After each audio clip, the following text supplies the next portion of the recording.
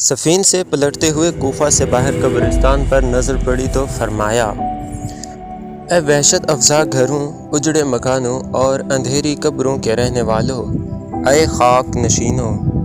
اے عالم غربت کے ساکنوں، اے تنہائی اور الجھن میں بسر کرنے والے، تم تیز رو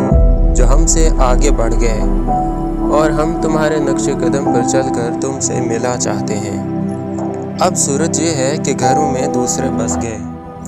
بیویوں سے اوروں نے نکاح کر لیے، تمہارا مال و اسباب تقسیم ہو چکا ہے، تو ہمارے یہاں کی خبر ہے، اب تم کہو تمہارے یہاں کی کیا خبر ہے؟